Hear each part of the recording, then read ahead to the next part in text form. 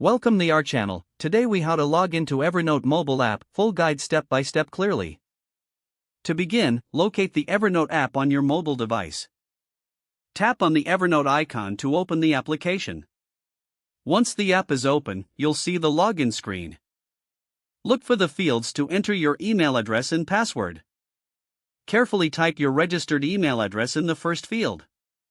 Next, move to the password field and enter your password.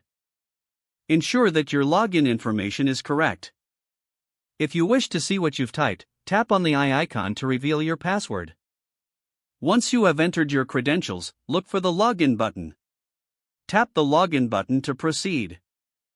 If you've entered the correct details, you'll be directed to your home screen. In case you forgot your password, look for the Forgot Password link below the login fields. Tap on that link to initiate the password recovery process. Follow the on-screen instructions to reset your password. If you don't have an account yet, look for the Sign Up option. Tap on it to create a new Evernote account. Fill in the required information to complete the registration. After logging in or signing up, you will have access to your notes and features.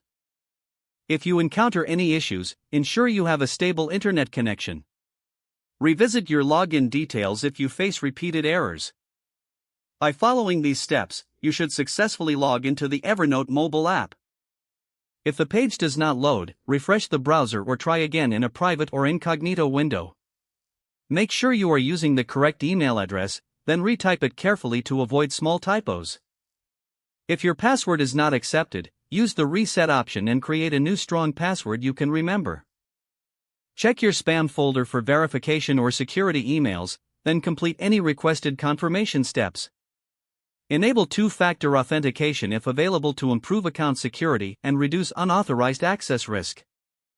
After signing in, review your profile details so your contact information and settings are accurate and current.